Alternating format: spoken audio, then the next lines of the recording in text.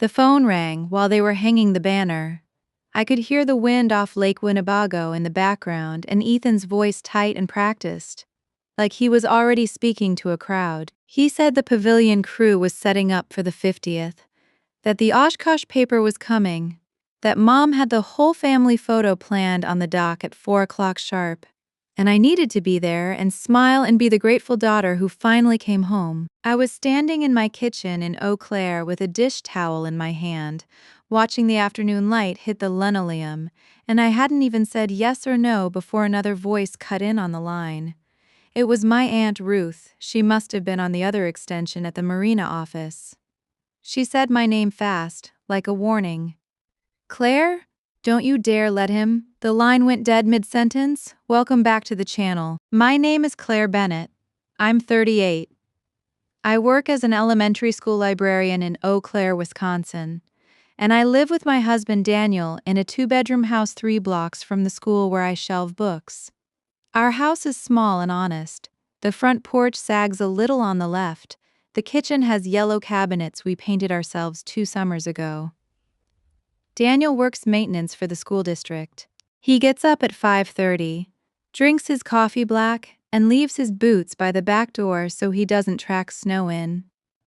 On my desk at Lincoln Elementary, there is a small hand-carved wooden loon decoy. It's pine, about the length of my hand, with faded black and white paint and a chip on its beak. My father made it for me when I was 12. For years it sat on the shelf in the office at Bennett's Landing Marina, right next to the radio and the jar of root beer barrels we gave to kids who rented paddle boats. My father said loons were good luck on Winnebago, that they watched over the harbor. When I left for college, he left it on the shelf. When I finally took it, no one noticed for months. I keep it on my desk now between the returned books cart and the stamp pad. The kids like to touch it. I let the second graders hold it carefully with both hands while I tell them loons dive deep and stay under a long time before they come back up. I did not grow up thinking I would be the one who left. Bennett's Landing has been in my family since 1976, before I was born. My father, Frank Bennett, bought a weedy stretch of shoreline on Lake Winnebago with a loan and a used bulldozer and built the docks himself. My mother, Helen, ran the office, answered the phone, kept the ledger in a green cloth book with her neat handwriting. Ethan is 4 years older than me. He was the son who stayed. He learned to back a trailer before he could shave. He married Maya when he was 26. She was bright and good with people, and she started running the boat rentals and the Facebook page, posting sunset pictures with captions about family legacy. I was the daughter who went to UW Eau Claire to study English and library science. I didn't leave in anger. I left because I loved books more than boat motors, and because someone had to be the one who could sit still in a quiet room. My parents said they were proud at my graduation. My mother cried. My father gave me that loon decoy the day I moved into my first apartment and said, "For your shelf, so you remember where you came from." I thought that meant I was still part of it.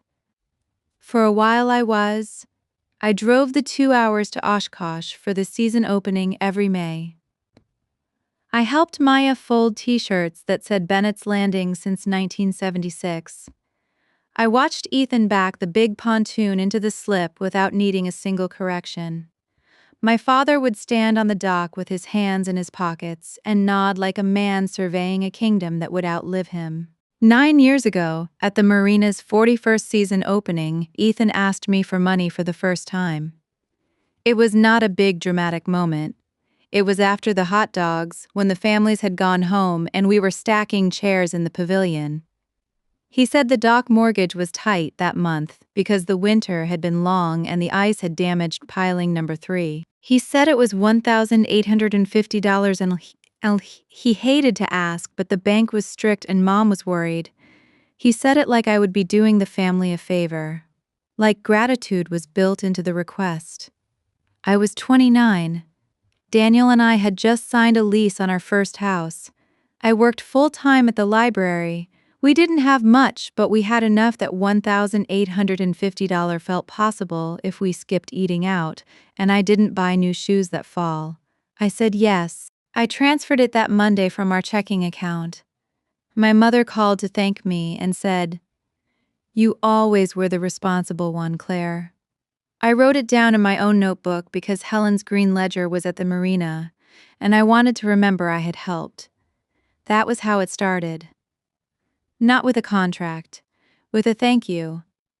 The next month, Ethan called again.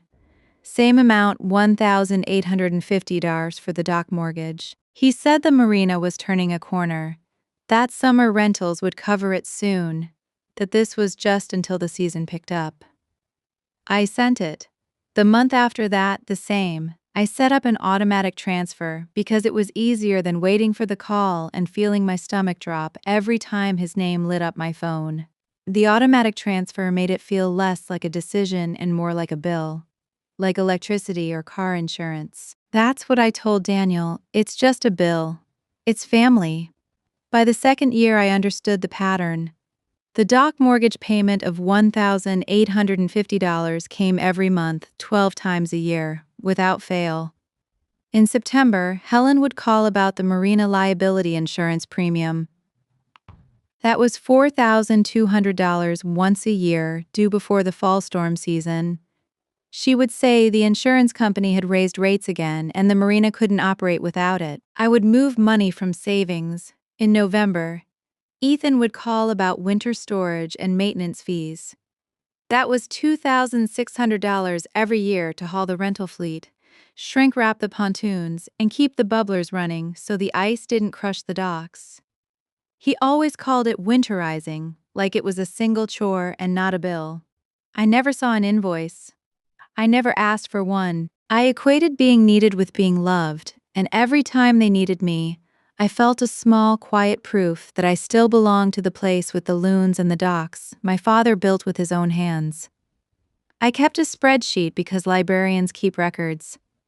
I listed each transfer, the date, the label, dock mortgage payment, $1,850 in marina liability insurance premium, $4,200, winter storage and maintenance fees, $2,600. I told myself I was keeping track so I wouldn't resent them.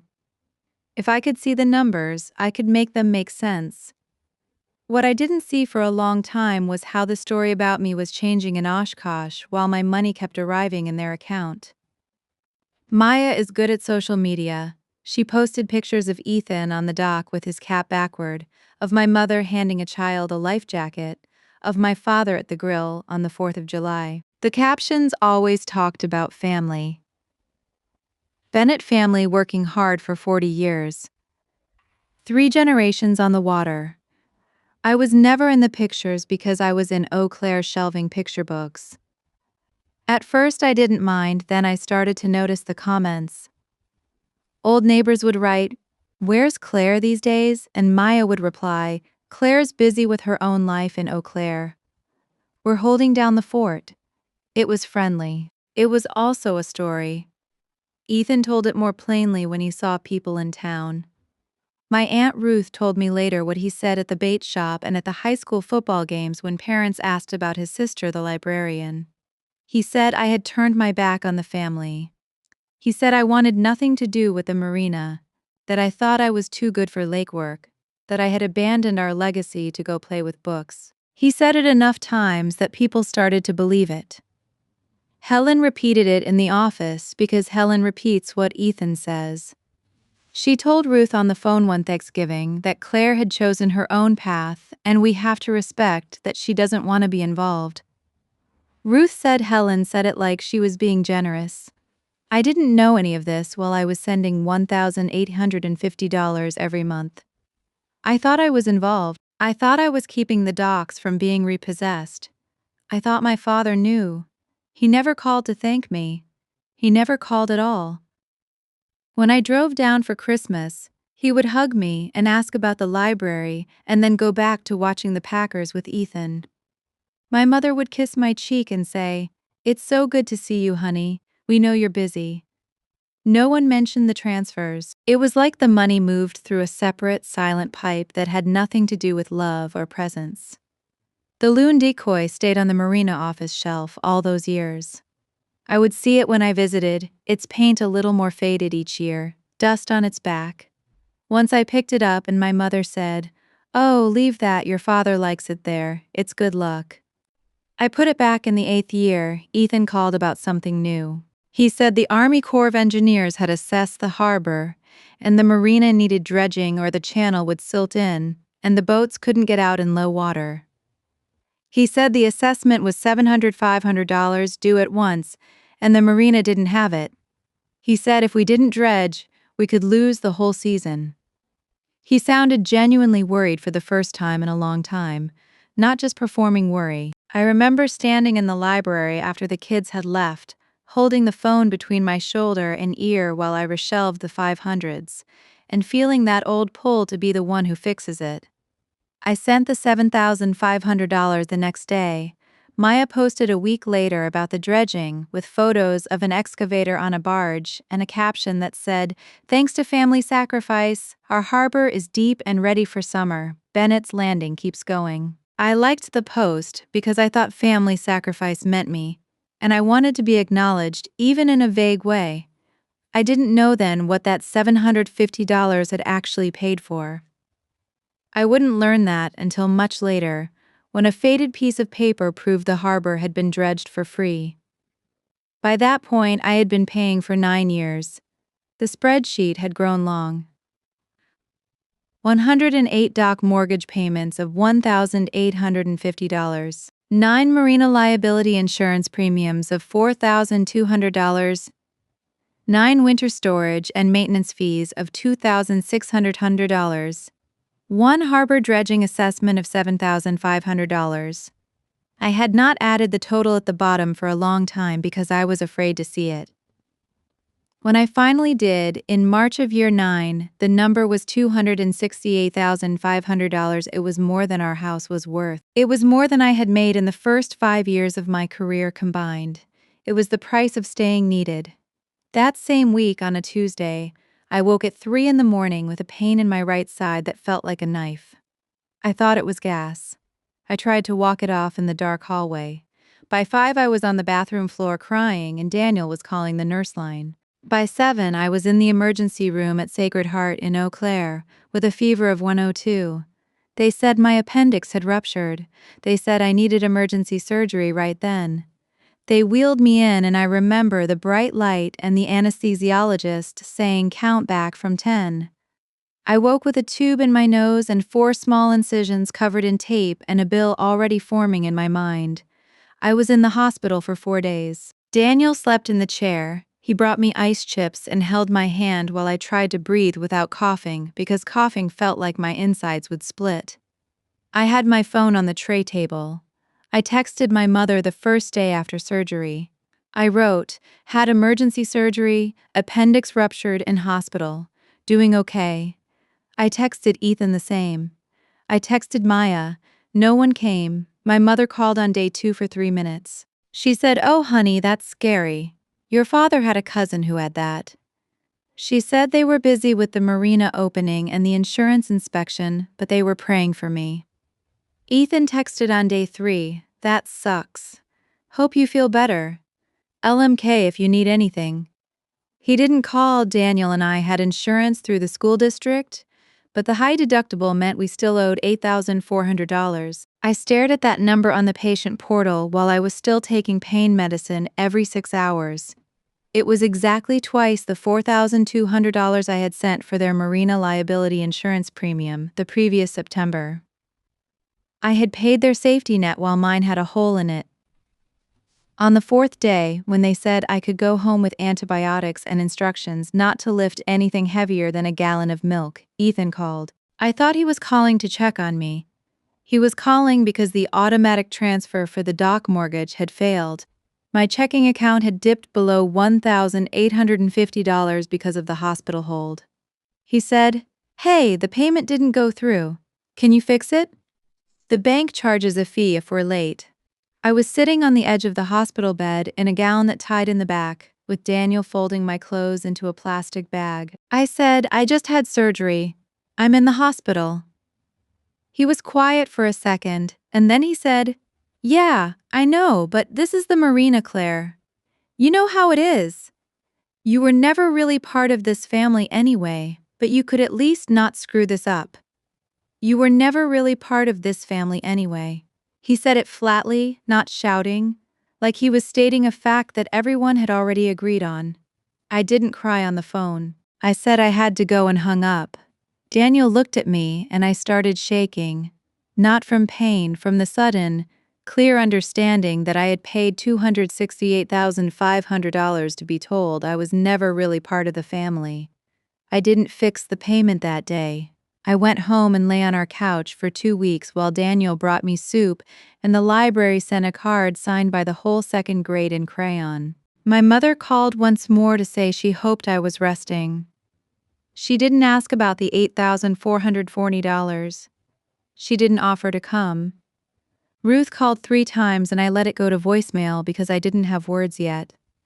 When I was strong enough to sit at the table again, I opened my laptop and looked at the spreadsheet. I looked at the loon decoy on my desk, which Daniel had brought home from the library for me so I could see it while I recovered. I looked at the $268,500 dredging and Maya's post about family sacrifice. I thought about Ethan's sentence. I called the bank and stopped the automatic transfer for the $1,850 doc mortgage payment.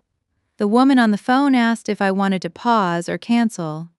I said cancel. My voice didn't shake. The next morning, Ethan called 6 times. I didn't answer. Helen called and left a voicemail saying, "Claire, we don't understand. The mortgage is due. Your brother is under a lot of pressure. Please call us back." Maya texted a long message about how family shows up and how disappointed they were that I would be selfish when the Marina needed me. The word selfish sat on my screen. I turned my phone off and went for my first walk around the block since surgery, slow, holding my side. Daniel walked next to me with his hand lightly on my back. The air in Eau Claire in late March is still sharp. The snow was melting into gray piles. A neighbor waved. I waved back. No one on that street knew I had just stopped paying for a marina 2 hours away. No one knew I had just stopped being needed on purpose to see if I would still be loved. A week later, a letter came from Ruth. Not an email. A real letter in a cream envelope with her handwriting, which is small and slanted. Inside was a short note that said, "I have something that belongs to you. Call me when you're ready." I hadn't talked to Ruth in months. She is my mother's sister, 67, lives in a little house outside Oshkosh with a garden that always has too many tomatoes. She had always been the one who remembered my birthday with a card that had a real stamp, not a Facebook post. I called her that night. She answered on the first ring. "Claire Bear," she said, like she used to when I was little. "How's your belly?" I laughed and then I cried for the first time since the hospital. I told her about the $8,400 and the failed transfer, and what Ethan had said. She was quiet for a long time. "He shouldn't have said that," she said. "You were always the one who stayed in your own way." She said she had a cedar keepsake box with a brass latch at her house. She said it had been in her closet for years. She said, "I saved everything you ever sent me. Every letter from college, every postcard from that library conference, every photo of you on the dock with that loon in your hands when you were 12. I knew someday someone would try to say you were never here. I wanted proof you were. I didn't know what to say. I had thought no one was keeping track of me except my spreadsheet." Ruth said she would mail the box. She said, "You don't have to decide anything right now. Just heal." After we hung up, Daniel found me sitting at the table with my hands over my face. He didn't ask me to explain. He just refilled my water glass and sat with me. The marina didn't collapse the next week, but Helen called again and her voice had changed. She wasn't asking anymore, she was telling. She said Ethan had told the town I had cut them off out of spite, that I was selfish, that I had finally shown my true colors by abandoning the family when they needed me most. She said people at church were asking about me and she didn't know what to tell them.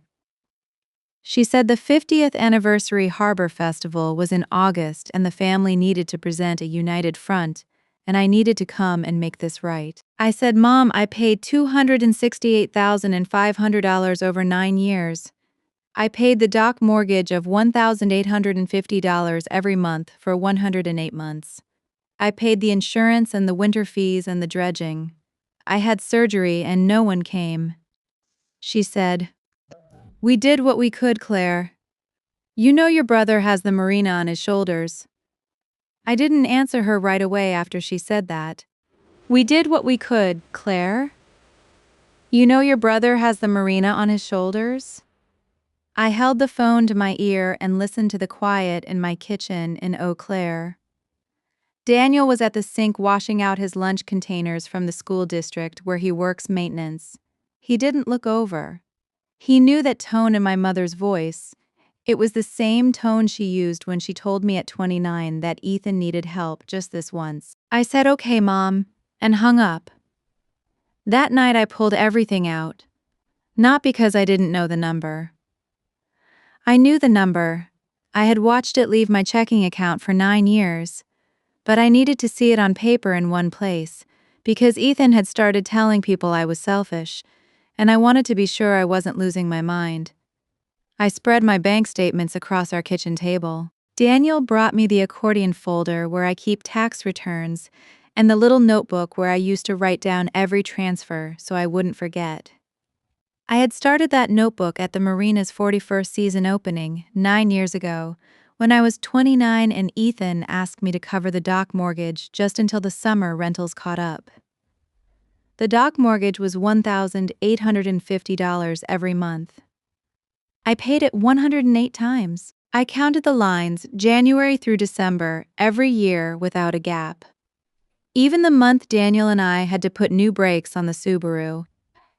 Even the month my hours at the elementary school library were cut to 32. Because enrollment was down. The subtotal for that one line alone was 190,800 zerd. Then the Marina liability insurance premium, $4,200 every spring. 9 times, the email always came from Helen, forwarded from Ethan. "Insurance due April 1st, honey. Can you send?" I always sent it the same day. That was $37,800, then the winter storage and maintenance fees. $2,600 every October when they pulled the boats and winterized the docks. 9 times, $23,400. I remembered one October I had to move money from savings to cover it because Daniel's overtime had been cut. And then the harbor dredging assessment, once $7,500. That one had a memo line. Ethan had called and said the county was requiring the harbor to be dredged or they'd lose their operating permit. He said it was an emergency assessment, and if I didn't cover it, they'd have to close a section of slips. I wired it on a Tuesday. When I added it all up, the total was $268,500 over 9 years to Bennett's Landing Marina on Lake Winnebago. I wrote it at the bottom of the notebook page in the same blue pen I'd used for overdue notices at the library. Daniel stood behind me and put his hand on my shoulder. He didn't say anything about the number. He just read it and breathed out slow.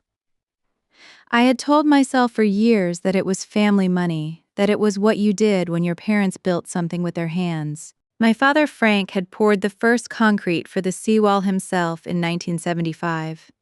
Helen ran the office in the same cardigan for 20 years. Ethan stayed. I left for college and then for Eau Claire 90 minutes north, to work in a school. I thought paying was how I stayed part of it. The dredging money is what broke that story open. It was 2 weeks after I stopped paying. I had stopped in late March, right after I got out of the hospital. I wasn't trying to punish anyone. I just didn't have it anymore, and I didn't have the will to find it.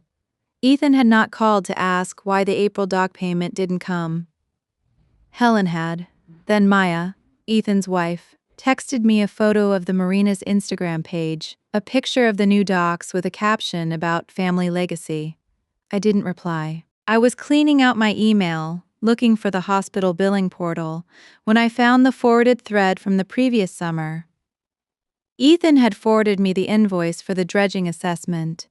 It was a PDF on Bennett's Landing letterhead, $7,500 due immediately.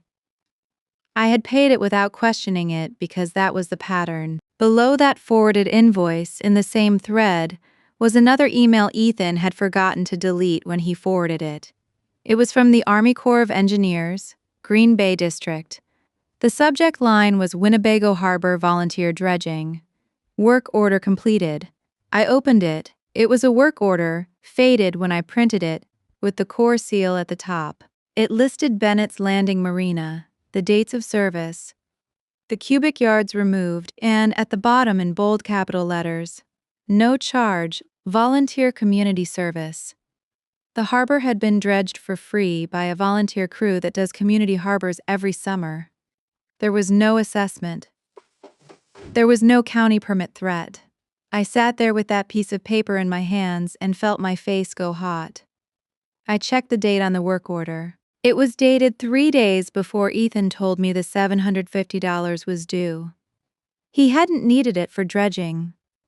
Later that week, Maya had posted a photo on her personal Facebook, Ethan standing next to a new Ram truck, silver, with a big red bow on the hood. The caption was, "Hard work pays off, Captain's new ride." I had liked the photo at the time. I didn't know I had bought the down payment. I didn't call Ethan about it. I folded the work order and put it in the accordion folder. I understood then that at least some of what I had been told was not just stretched truth.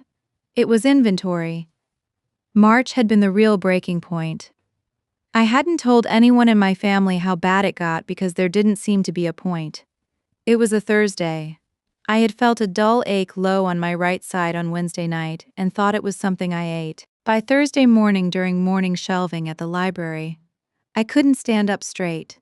The school nurse took one look at me and called 911.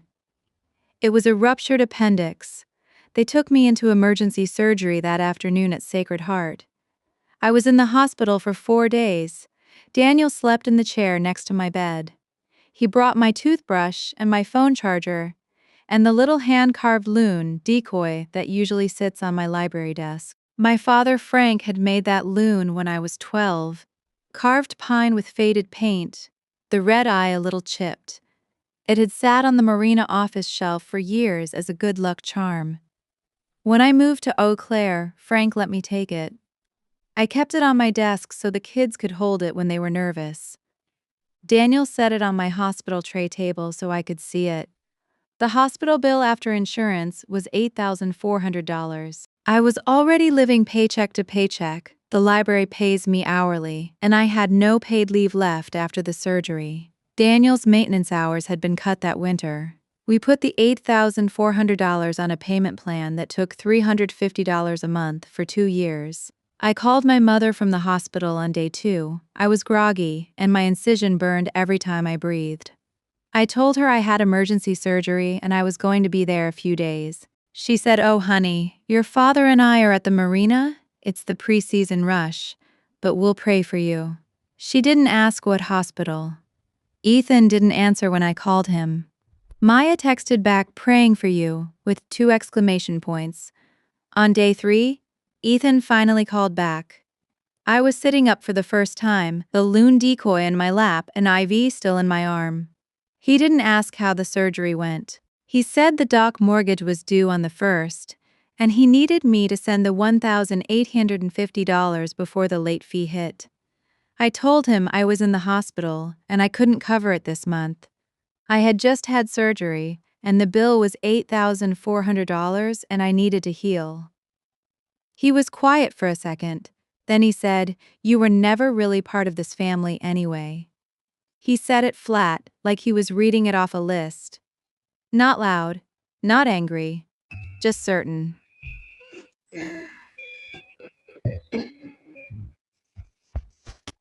I didn't have the breath to answer. I hung up and stared at the white wall. Daniel came back from the cafeteria and found me crying without sound, my shoulders shaking against the incision. He didn't ask what Ethan said. He just held my hand and moved the loon so I wouldn't knock it off the table. That's when I stopped paying. Not with a speech. I just stopped logging into the bill pay. I stopped answering Helen's forwarded invoices. I let the automatic transfers expire. The consequences came fast, and they were not private. Helen called the next week and left a voicemail saying the mortgage company had called Ethan, and he was stressed. Frank didn't call at all. Maya unfollowed me on Instagram. Then Helen called again, and her voice had changed. The way I described before, telling me Ethan had told people at church and at the bait shop and at the county clerk's office that I had cut them off out of spite, that I had turned my back on the family, that I wanted nothing to do with the Marina. She said people were asking her what happened to Claire, why Claire never comes around anymore. I started hearing it secondhand. A former classmate who still lives in Oshkosh messaged me. "Hey, is everything okay with your family? Your brother said you moved on."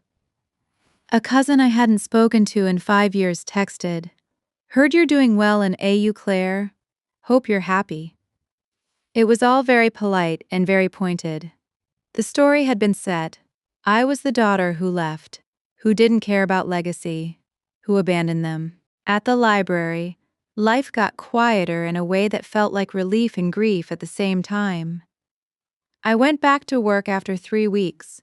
I shelved books. I checked out picture books to kindergartners. I repaired spines with tape. I ate lunch with Daniel in the staff break room on the days our schedules overlapped. We stopped talking about the Marina at dinner. We talked about our grocery budget and whether we could afford to fix the back steps and what book I was reading to the second graders. I moved the Lune Decoy from my hospital tray back to my library desk, then finally to our kitchen windowsill at home. It sat there catching light in the morning. It had been a good luck charm for the Marina office. Now it was just mine. I liked seeing it when I made coffee. I didn't tell anyone at work what had happened. I didn't want the story to follow me there. I just did the small, honest things that made a day feel normal. I walked to work when the weather was good. I weeded our little front bed. I paid the $350 hospital payment every month on the 15th and watched the $8,400 balance go down by a little. In late May, a thick envelope came in the mail.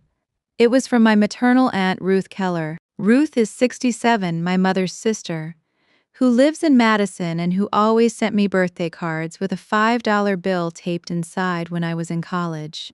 We hadn't talked much in the last few years because Helen had told me Ruth was busy, and Ruth had told me Helen was stubborn, and I had stayed out of it.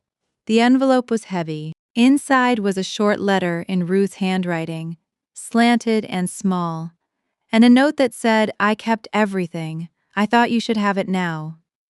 Under the letter was a cedar keepsake box with a brass latch.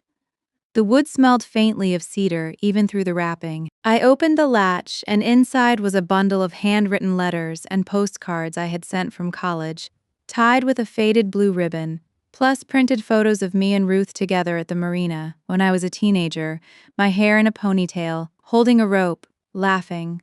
The docks behind us. Ruth's letter said she had saved every letter because she was proud of me when I left for school. And she had printed every photo where I was at the Marina, because she wanted proof I was always there, even when Ethan said I wasn't. She wrote, "Your mother repeats what is easiest to repeat. Your brother needs to be the heir. That doesn't mean you were ever absent. I have the pictures to show you weren't." I sat at the kitchen table with that box open and cried for the first time since the hospital without feeling ashamed about it. Daniel came in and I showed him the photos. He pointed to one where I was maybe 16, holding the Lune Decoy on the office shelf, grinning with missing eye tooth. He said, "You look happy there." I said, "I was." Ruth called 2 days later. She didn't ask about the money. She asked about my scar. She asked if I was sleeping. She said she had heard from Helen that I was being difficult about the Marina, and she wanted me to know she didn't believe it. She said, "You don't have to decide anything right now, just heal." I told her about the $268,550. I told her about the $1,850 every month for 108 months, the $4,200 insurance 9 times, the $2,600 winter fees 9 times, and the $7,500 dredging that was free. I told her about the $8,400 hospital bill, and the 4 days and the sentence, Ethan said. She listened without interrupting. When I was done, she said, "Claire, that is not abandonment. That is carrying." She told me she had something else if I wanted it. She said when she volunteered with the Friends of Lake Winnebago the summer before, she had been at the harbor the week the Army Corps crew came. She had a copy of the volunteer sign-in sheet, and she remembered seeing Bennett's landing on the list. She said she would send me the work order if I needed it, but it sounded like I already had it. I said I had it. I had the faded work order marked no charge. She said, "Good, keep it with the box." After that, Ruth and I talked every Sunday, short calls. She would tell me about her garden. I would tell her about the library's summer reading program. She never pushed me to do anything about Ethan or Helen or the festival. She just kept the line open. The festival kept getting closer. Helen called again in early June. She didn't mention the money. She said the Bennett's Landing 50th Anniversary Harbor Festival was August 17th at the Marina Pavilion on Lake Winnebago, that the town council was co-sponsoring it, that there would be a regatta and a plaque unveiling for Frank, that the family was expected to be there for photos. She said, "We need to present a united front, Claire. People are talking. You need to come and make this right." I said I would think about it. Ethan texted me for the first time in 3 months in late June. It was a group text with Helen and Frank and Maya. It said, "Harbor Festival Aug 17. Be there. Wear something nice. We will do family photos at 2 p.m. Don't make this weird." I didn't answer. Maya texted me separately a week later. She said, "I know this is awkward. Ethan is under a lot of pressure with the mortgage. Your mom is worried about what people think. I just want you to know I know you've helped a lot." She didn't say how much. She didn't say $260 to $8,500, but it was the first time anyone in that house had acknowledged I had helped at all. I didn't decide to go to the festival. I didn't decide not to go. I put the cedar box on my dresser and the Army Corps work order inside it, under the letters. I kept going to work. I kept paying the hospital payment. I kept watering my front bed. In mid-July, Helen sent an envoy. She didn't come herself. She sent her sister's husband, my Uncle Ray, who I hadn't seen in 2 years. He showed up on a Saturday morning while Daniel was mowing the lawn. He stood on our small porch and held his cap in his hands. He said Helen had asked him to check on me and to encourage me to come to the festival and to let the family handle the narrative. I invited him in. He saw the cedar keepsake box on the table, open, the photos spread out because I had been looking at them that morning. He picked up one of the photos, me at 14 with Ruth on the dock, and he went quiet. He said, "Helen told me you never came around." I said I came around every summer until I started paying for it. He didn't argue. He put the photo down carefully. He said, "Your Aunt Ruth is a good woman." He left after 10 minutes. On his way out, he called Helen from his truck in our driveway.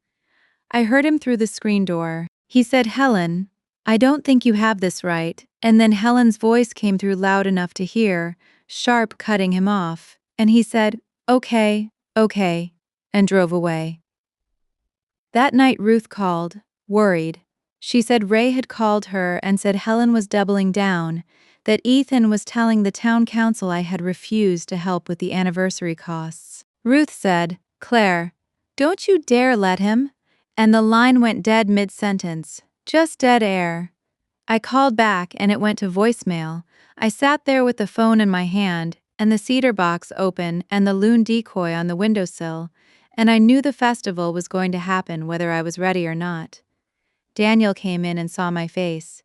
He said, "You don't have to go." I said, "I know," he said. "But if you do, I'll be there." I didn't sleep much that week. I kept thinking about the $1,850 on the first of every month for 108 months, and the $4,200 every April, and the $2,600 every October, and the $7,500 that bought a truck.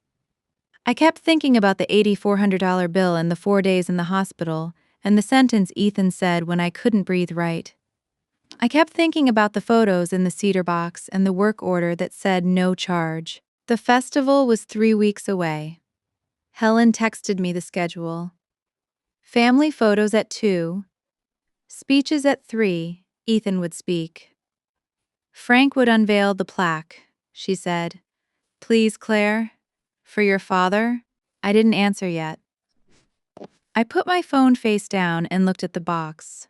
The brass latch caught the light. I left the phone face down until morning. Daniel found me at the kitchen table at 6. He didn't ask what Helen had written. He just poured coffee and set a mug down next to the cedar box. The brass latch was still open. The loon decoy was on the windowsill, where I'd moved it after Ruth's package arrived. It had lived on the Marina office shelf for 20 years as a good luck charm. Frank had carved it from pine when I was 12. The paint faded at the beak and the eye. And then it had lived on my library desk in Eau Claire for the last year, holding down a stack of overdue slips. That morning, it caught the early light. I went to work. I'm an elementary school librarian. That means I check in picture books with taped spines and I reshelve the 500s and I help second graders find the book about the dog that they swear was blue. I had story time at 9 and a cart of returns that needed scanning. Mrs. Alvarez brought her kindergarten class in and one boy asked if the loon on my desk was real. I said no, it was carved by my dad. He asked if it could swim. I said only if you put it in water. He nodded like that was a serious answer. Helen texted again around noon. A photo of the pavilion at Bennett's Landing with white folding chairs and a banner that said 50 years on the water. Another text, Maya has the programs ready. Your father wants everyone in the photo, please. I didn't answer. I put my phone in my desk drawer and finished checking in a stack of Junie B. Jones. That Saturday, Maya came to Eau Claire without calling first. Daniel was mowing the small strip of grass behind our duplex when her car pulled up.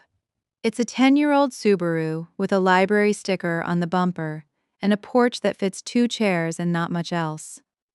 I heard the car door and came to the kitchen doorway with my hands still wet from washing out a thermos. Maya Bennett is 40, married to my brother Ethan, and she manages the boat rentals and the Instagram for the Marina. She wears her hair pulled back and she always looks like she's ready to greet customers. She was holding a paper grocery bag with a tin of bars inside, the kind Helen makes for funerals and festivals, oatmeal with brown sugar on top. Helen asked me to come, she said. She held the bag out. She said you weren't answering and she was worried you wouldn't come for the photos. I said come in. She stepped into the kitchen and saw the table. I hadn't put the cedar box away.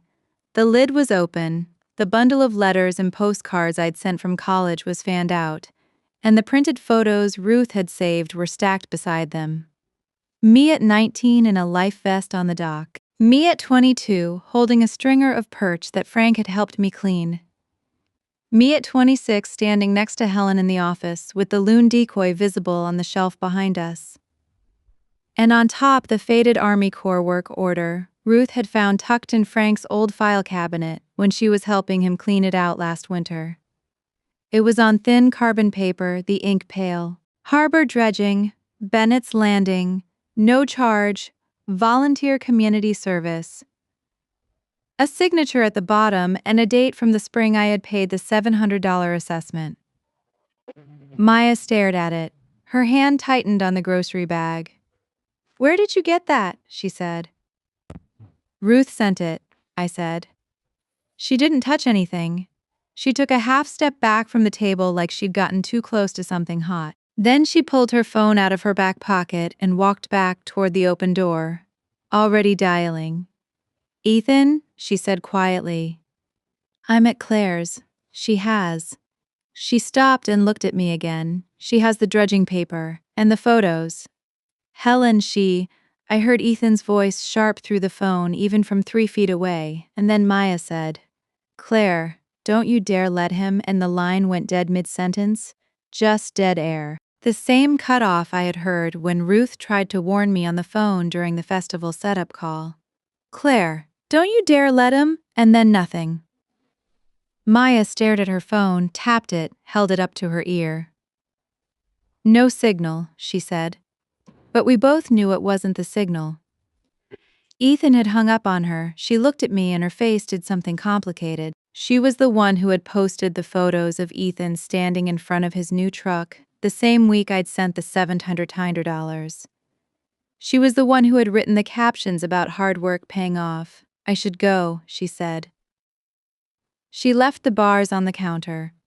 She didn't take the work order. After she left, Daniel came in and wiped his hands on a rag. He looked at the box. "You okay?" he said. I said I wasn't, but I was steady. That night Ruth called from her house outside Fond du Lac. She is my maternal aunt, 67, Helen's younger sister, and the only person who had ever kept anything I gave her without making me ask if she still had it. "Maya called Helen," Ruth said. "Helen called me. She said you have the paper." "I do." I said. "Good," Ruth said. "I kept those letters because you wrote them. You wrote me every month your freshman year when Helen said you were too busy to come home for the fish fry. You wrote me when you got the library job. You sent me a postcard of the Chippewa River. I kept them in the cedar box because I wanted someone to remember you were always family, even when they were telling the town you weren't." I thanked her. I didn't know what else to say. "Are you going to the festival?" she asked. "I think I have to," I said. "Not for the photo. For the loon." She was quiet for a second. Then she said, "I'll be there. In the back. Near the coffee." I didn't sleep much that week. I kept thinking about the $1,850 on the first of every month, for 108 months, and the $4,200 every April, and the $2,600 every October, and the $7,500 that bought a truck. I kept thinking about the $8,400 bill from the hospital in March, and the 4 days I spent watching the IV drip, while Daniel brought me ice chips and answered the nurses. I kept thinking about the sentence Ethan said when I called him from the hospital and told him I couldn't make the insurance payment that month because I was in a hospital bed. He had said, "You were never really part of this family anyway." He said it flat, like he was reading a fact. Helen was on the other extension and she didn't correct him. Frank didn't pick up at all. I packed the work order in a folder. I packed a copy of my bank statements with the transfers highlighted. I didn't pack them to wave them around. I packed them because I had learned that if I didn't have paper, people would tell me I was remembering wrong. The Bennett's Landing 50th Anniversary Harbor Festival was on a Saturday in August. Lake Winnebago was flat and bright.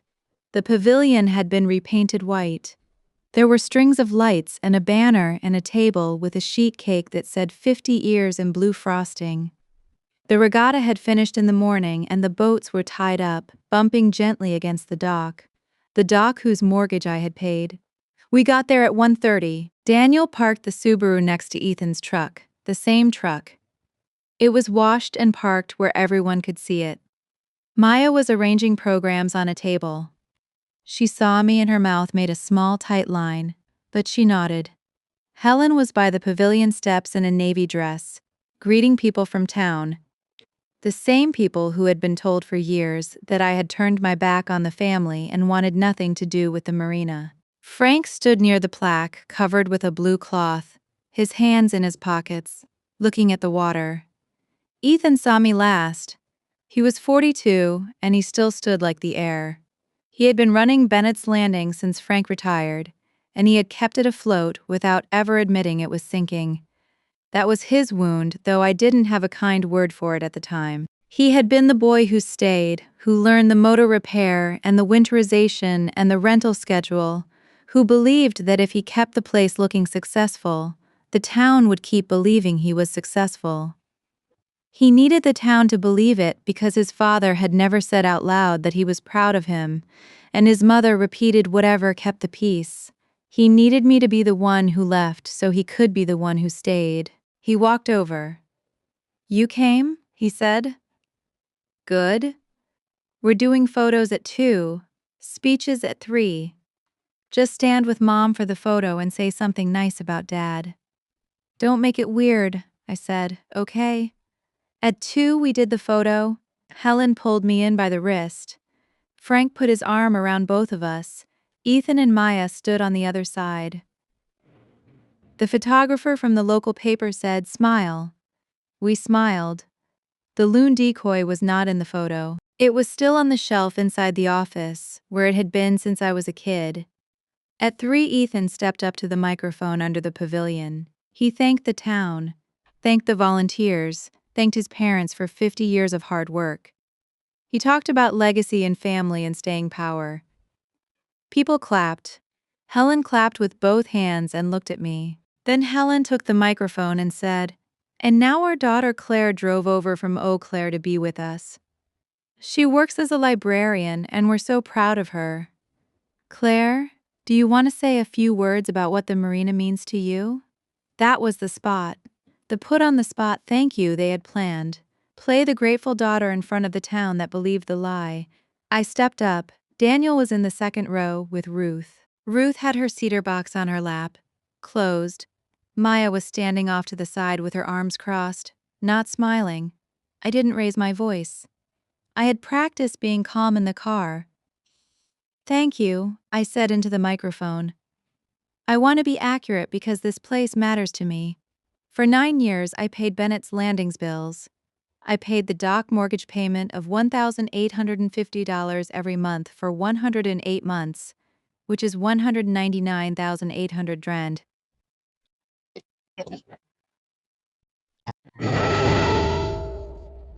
I paid the Marina liability insurance premium of $4,200 every year for 9 years, which is $37,800. I paid the winter storage and maintenance fees of $2,600 every year for 9 years, which is $23,400. I paid a harbor dredging assessment of $700 once. The total I paid over 9 years is $268,500 once.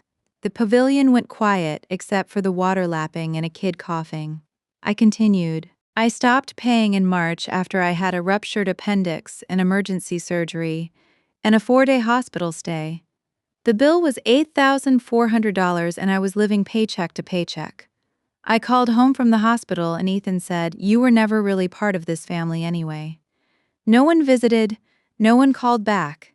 That's when I stopped. Ethan made a noise and stepped forward. Helen's hand went to her mouth. I took the folder out of my bag and held up the work order without waving it. "This is the Army Corps work order for the harbor dredging," I said. "It is marked, no charge, volunteer community service. The dredging was done free by volunteers. The $7,500 I sent for it was used as a down payment on a truck. That's the truck parked by the dock." People turned to look at the truck. Ethan's face went red. I looked at Ethan. I said his sentence back to him word for word, calm and factual, because one memorable cruel sentence is stronger than shouting. I said, "You were never really part of this family anyway." That's what you said to me from a hospital bed. I'm saying it back so you can hear how it sounds. No one clapped. Frank looked down at his shoes. Maya was crying without making a sound. Helen took a step toward the microphone. I thought she was going to tell me to stop. Instead, she put her hand on my arm, light, and she spoke into the microphone with her voice shaking. "My father did that to me," she said. So quietly the speaker barely caught it. "He told me if I needed help, I was a burden. I learned to not ask. I taught my kids the same thing without meaning to. I told the town Claire didn't care because it was easier than saying we needed her money and we were ashamed to need it. She didn't excuse it, she explained it. That was the most honest thing she had said in 9 years. It didn't fix anything, but it was true. Ethan said, "You don't know what it was like to keep this place open. You left. You gotta be the one who left," I said. "I didn't leave. You told people I did. I was paying the mortgage while you were telling them I abandoned you." He didn't have an answer for that. He looked at the crowd, at the cake, at his truck, at his father. Frank finally looked up and said, "Claire, we should have thanked you. It was small and late and it was all he had." I stepped away from the microphone. I didn't wait for applause. I walked off the pavilion steps and into the office. The office was cool and smelled like rope and old paper. The loon decoy was on the shelf behind the register, exactly where it had been when I was 12, and Frank had set it there and said it would bring us luck. I picked it up. It was carved pine with faded paint, lighter than I remembered. The beak chipped. I held it in both hands. Maya followed me in. "You can take it," she said. "It was always yours." I said thank you. She said, "I'm sorry I posted the truck. I knew." I nodded. I didn't forgive her on the spot. I just said I heard her. We walked back outside. Daniel was waiting by the door. Ruth stood up from her chair and hugged me hard. She didn't say anything, she just pressed the cedar box into my hands for a second and then let go. We didn't stay for cake. We drove back to Eau Claire with the loon decoy on the seat between us, wrapped in a dish towel so it wouldn't roll. The aftermath was not a movie. Helen sent a letter 2 weeks later. It was 3 pages, handwritten on Marina stationery, talking about her father and how hard it was to run the office and how much she loved both her children and how she hoped we could all move forward and be a family again. She never actually apologized. She never wrote the words "I'm sorry for what we did." She wrote around it. I read it twice and put it in the cedar box with Ruth's letters. I didn't write back right away. Ethan stayed estranged. He didn't call. He didn't text. He told people in town that I had embarrassed the family at the anniversary, which was true, and he left out why, which was also true to who he is. The Marina's future is his responsibility now. The county sent a notice about the dock mortgage being past due in September. Helen called Daniel once and asked if I would consider helping just until the season ended. Daniel said Claire said no, and Helen didn't ask again. I heard through Ruth that Ethan took on winterization jobs himself and that Maya added kayak rentals to make extra money. I didn't feel satisfaction about it. I felt the quiet that comes when a noise you've lived with for 9 years finally stops.